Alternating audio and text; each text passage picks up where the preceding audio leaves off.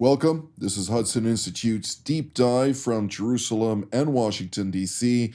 And in today's edition, we're going to focus on Iran's nuclear proliferation, its negotiations with the United States. What are the red lines for the Trump administration, as well as the Islamic Republic of Iran, alongside the imminent release of Israeli-American dual national Idan Alexander from Hamas captivity after 584 days. To discuss just that, let's introduce first the experts for today's discussion. Going from left to right is Dr. Jonathan Schechter, formerly the Chief Foreign Policy Advisor in Jerusalem, currently a Senior Fellow at Hudson Institute. Next to him is Dr. Uzi Arad, who formerly served as Israel's National Security Advisor and a Mossad Division Chief. And last but not least, Brigadier General in Reserve Yossi Cooper-Wasser, who is the president of the Jerusalem Institute for Strategy and Security, formerly the Director General of the Israeli Ministry of Strategic Affairs, among others. And I'd like to immediately start with you, Dr. Schechter. When we're talking about the imminent release of Mr. Alexander, actually an IDF soldier who was taken captive on October 7th of 2023, what can you tell us about that? So I think everybody is, of course, eagerly anticipating the release of Idan Alexander. The president has made this, has gotten personally involved in this. I know he met with Idan Alexander's family. I believe it was late last year, and he's taken a personal interest in this. It's an interesting case because this seems to have been negotiated separately from other negotiations that have been going on. The government in Jerusalem has made a point of saying that nothing was given in exchange for this release. On the one hand, on the other hand, there are questions about the separate negotiations. There are questions about giving preferential treatment, if you will, to a dual citizen hostage as opposed to other hostages who do not have that that privilege. And then, of course, the question is what comes next. And there have been reports in today's news that immediately following the release, that an Israeli delegation is going to go to Cairo to resume some sort of comprehensive negotiations about hostages and either a ceasefire or an end to the fighting. But I think right now there are more questions than answers, and at the moment I think people are just waiting eagerly to see Idan released. Thank you, Dr. Schechter. Dr. Arad, I'd like to hear your take on this, since there was already a dual national, a Russian Israeli who served in the IDF, was captured, of course, taken captive by the Islamist Hamas on October 7th of 2023, and then released by the Islamist Hamas as a goodwill gesture to Russian President Vladimir Putin. Now the same is happening for the sake of U.S. President Donald Trump ahead of traveling to the Gulf nations. And this, of course, was coordinated and ultimately brought to fruition by Qatar, which has, of course, very close ties with the Islamist Hamas. But what does it actually translate to the citizens of Israel, soldiers and others, citizens or civilians rather, that do not have dual citizenship? Well, it does translate into being a reality that in the course of this event, which has been going on now for more than a year, in which there were hostages kept in Hamas and mostly Hamas captivity, some of them were not only Israeli nationals or Israeli citizens, but were citizens of other countries, more than the countries now mentioned. And it's been a practice that in that case, those countries often interceded, trying to represent or to lend support to the individual interest of that national, of that country. And we did not object to that. It's legitimate, it's natural, and it is a reflection of the reality of the kind of negotiations in which different hostages were categorized by all kinds of attributes. Some the degree to which there is a humanitarian issue, some by age, some by being members of the military or not, and some by their nationality and other, like health conditions. So it should not reflect anything which is arbitrary or which should be condemned.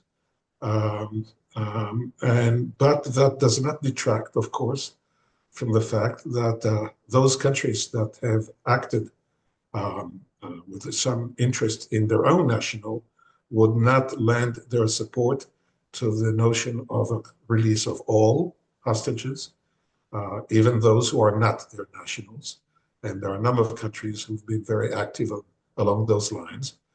And America is one of those countries which has been heavily involved in getting deals and the release of all hostages. And it should continue. And I hope that it would proceed, just as just said.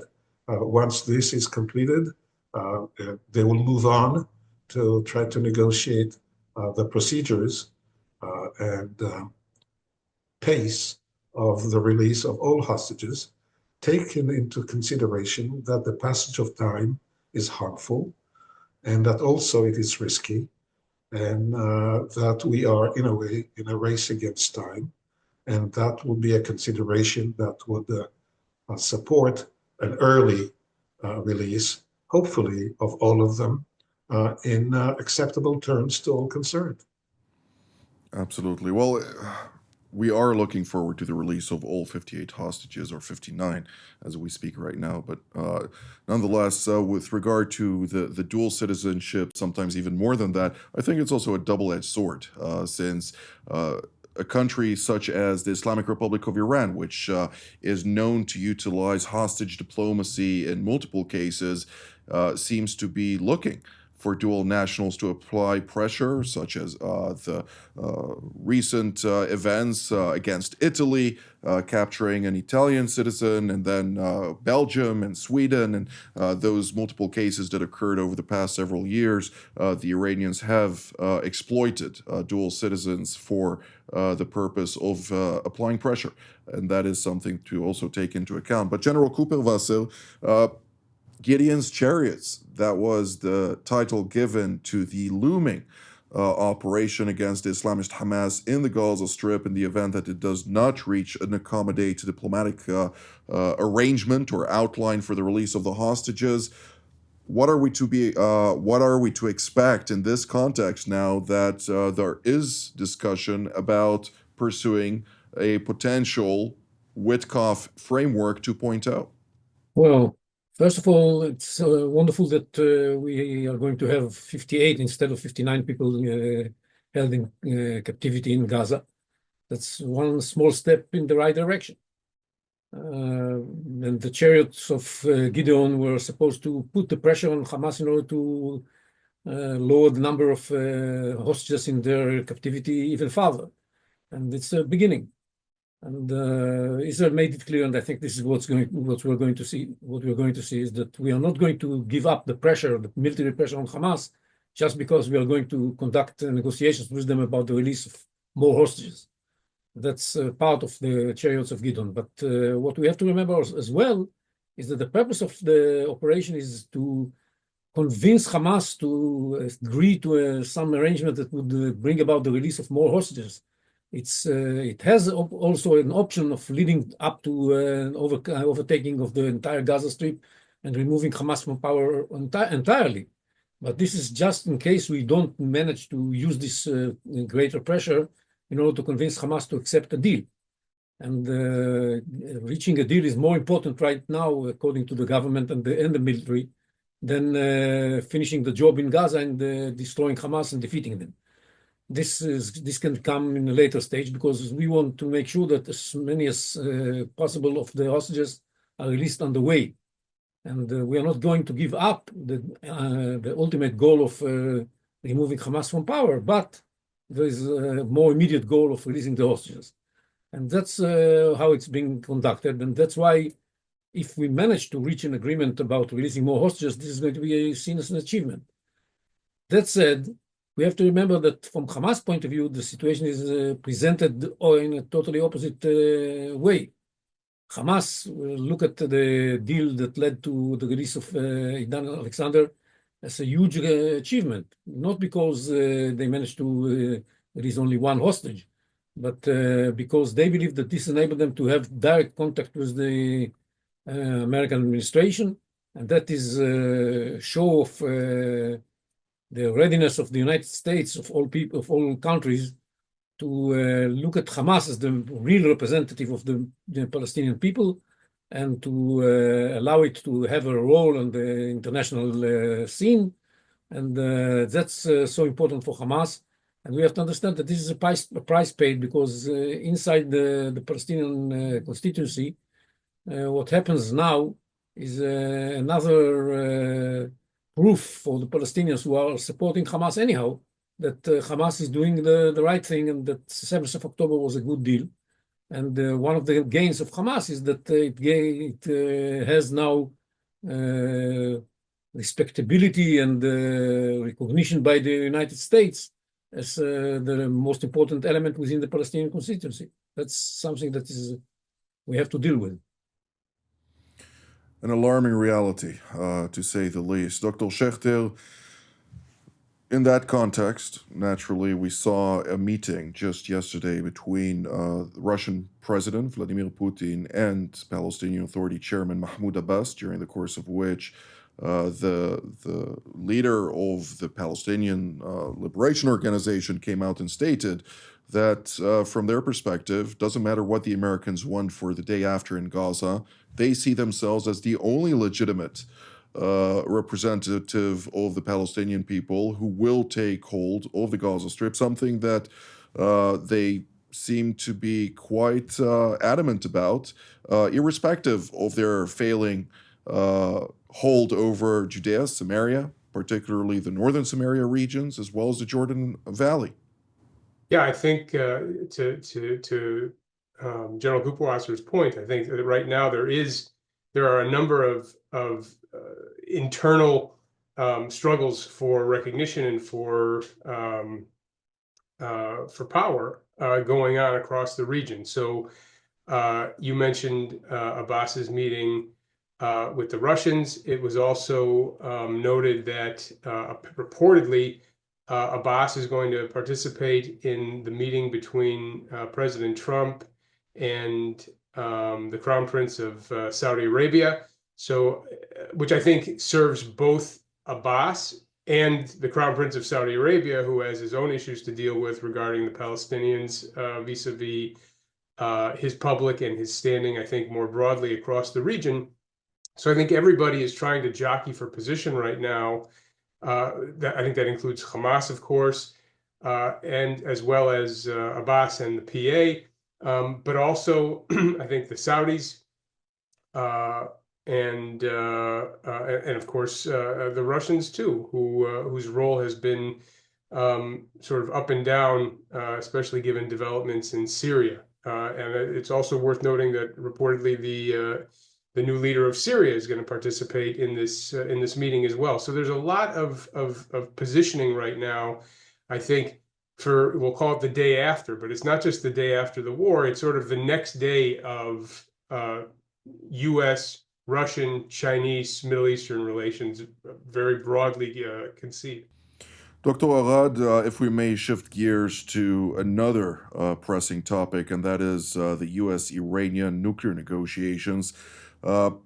Prior to yesterday's fourth round of talks, Steve Witkoff, the U.S. White House Mideast envoy, provided an exclusive interview in Washington, during the course of which he highlighted the Trump administration's red line.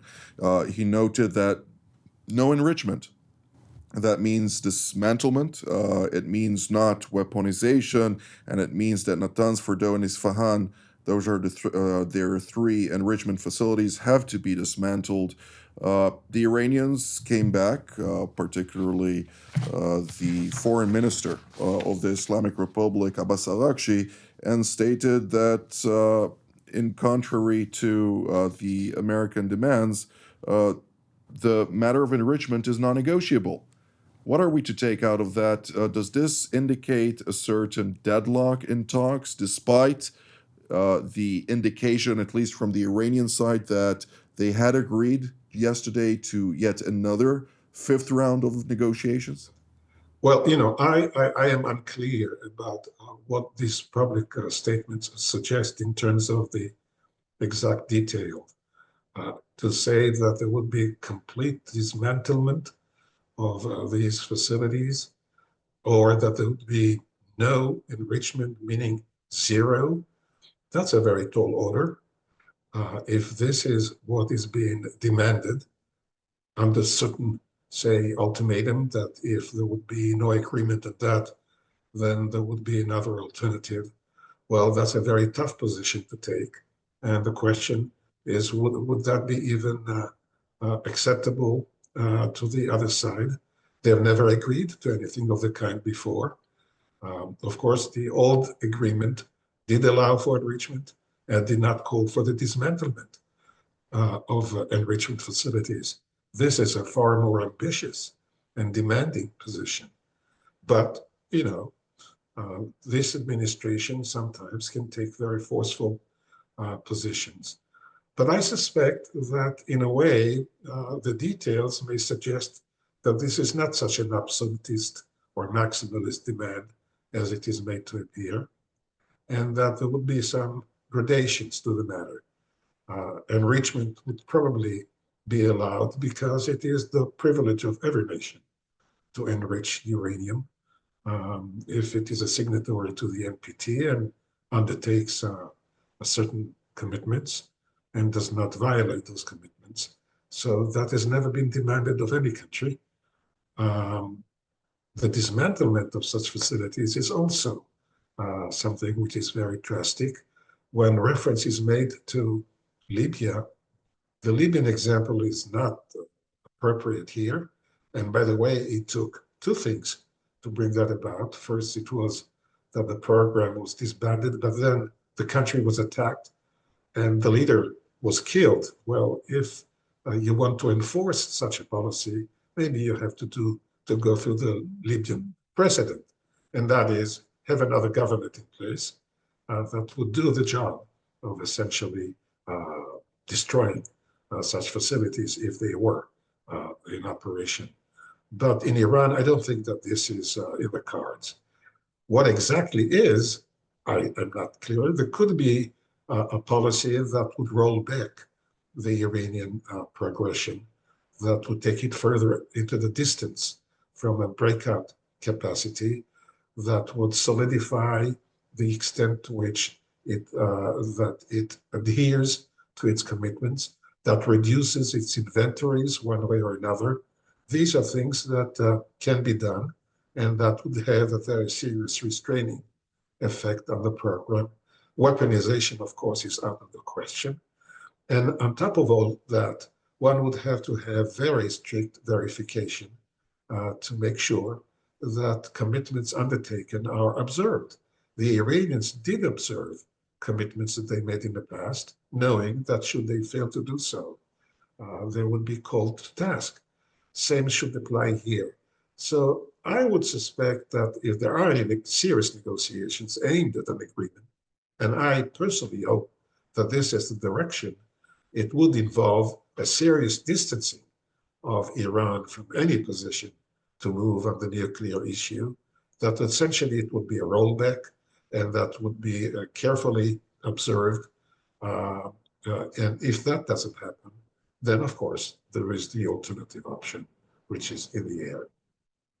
That's as much as I can venture to guess about the dynamics of this situation. Well, with regard to the Libyan analogy, I'm not sure about that, since a nuclear program for peaceful purposes does not serve as a deterrent for the preservation of one regime or another. And therefore, if we reach a certain accommodation with the Iranians from a diplomatic perspective, this shouldn't be an issue. It should be a non-starter. But General Kupelwasser, is the enrichment component or leg of those discussions something that the Trump administration should double down on? I think they should double down on this demand. This is the crux of the matter here. The Iranians should not be left with the capability to enrich uranium. They don't enrich uranium for peaceful purposes. They enrich uranium in the context of their military nuclear program. And they had the intention to produce nuclear weapons. That's what this project is all about. And we all know that. And the Americans know that. They can cheat themselves, but they know the truth.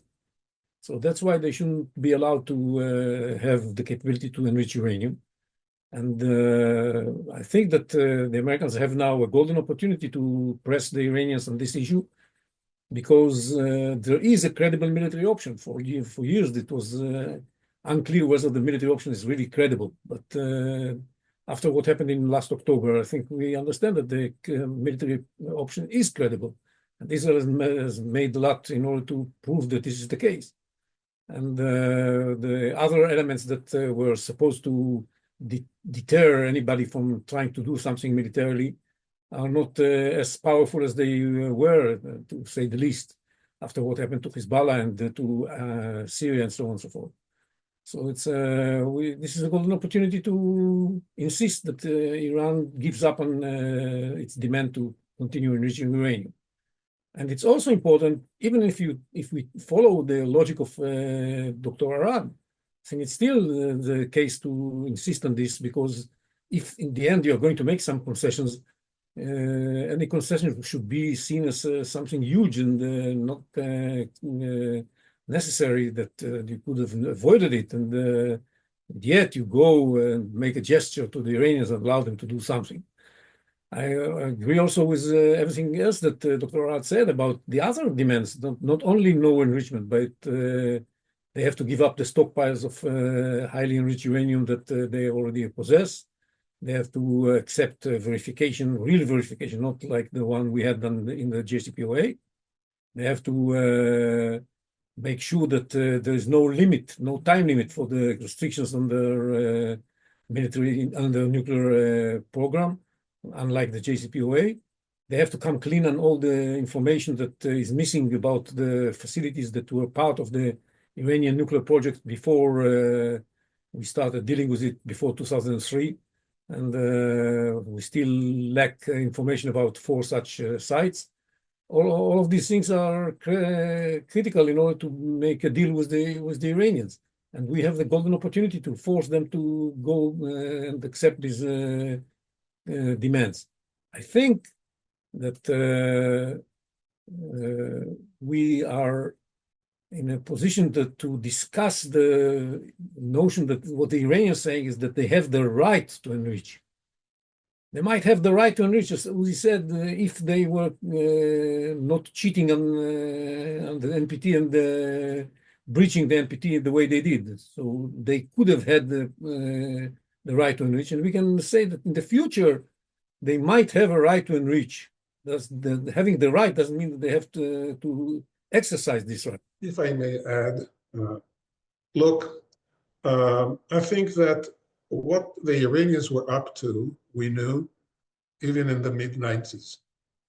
By the year 2002, we discovered that Natanz was being built secretly as an enrichment facility, clearly in violation of the NPT. Now, of course, it was a golden opportunity to take action. The president was Bush, I think, tough guy. Natan was out there, completely exposed, did not take much, yet no action was taken except denunciation. 6 years later, the facility at Fordo, built in the mountains, again, a secret facility to do enrichment, again, in violation of agreements. Again, a golden opportunity for all those who said that Iran shouldn't do that sort of thing, and yet it was not attacked by the United States under Bush, too. Then came the Obama time, and the Iranian proceeded, advanced, and at one point came to an agreement to halt certain activities, but certainly not to. They reduced some inventories, they did certain things, but at no point was there any removal of the facilities. The reprocessing at Iraq which is not enriching, was curtailed. There were instances in which there was cause. It would have been just. Iran was bad. It was violating things. It was acting aggressively. And the United States talked big, but never took action except for sanctions and diplomatic pressure. And yet, what General Kupelwasser said, as mentioned, naturally, the Iranians are at their weakest point, as was reflected on the 26th of October. Dr. Schechter, you have 1 minute. Go ahead. Okay. I think that, Uzi, I completely agree that no military action was taken, but there was important diplomatic and legal action that was taken in the early 2000s. And the Security Council approved unanimously, that is, it included Russia and China, that Iran would not be permitted to have any enrichment on its soil because it had effectively waived its right to enrich because it had violated the NPT. So among the Security Council resolutions that passed in the early 2000s was a comprehensive prohibition on enrichment of uranium. What changed was when the Obama administration was negotiating with the Iranians, before the negotiations even started, according to the memoir of Bill Burns, they gave up on the prohibition on enrichment from the start. And that's really the original sin of the JCPOA. And every disagreement that we've had with Iran since then, and every issue about the JCPOA, and the fact that they are where they are today, stems from that decision, which was to let them keep their enrichment capabilities. In effect, Iran has violated the JCPOA and the NPT using the capabilities that the JCPOA let it keep. And every claim to the contrary, as Dr. Rafael Grossi from the IAEA states, the Iranians responded by technically not credible answers to various probes into their nuclear file. But this is all the time that we have for today. General Kupelwasser, Dr. Arad, and Dr. Schechter, thank you very much for all of your insights. And I'd like to thank all of you at home as well. Until our next edition of Hudson Institute's Deep Dive from Jerusalem and Washington, D.C., wishing you a good day.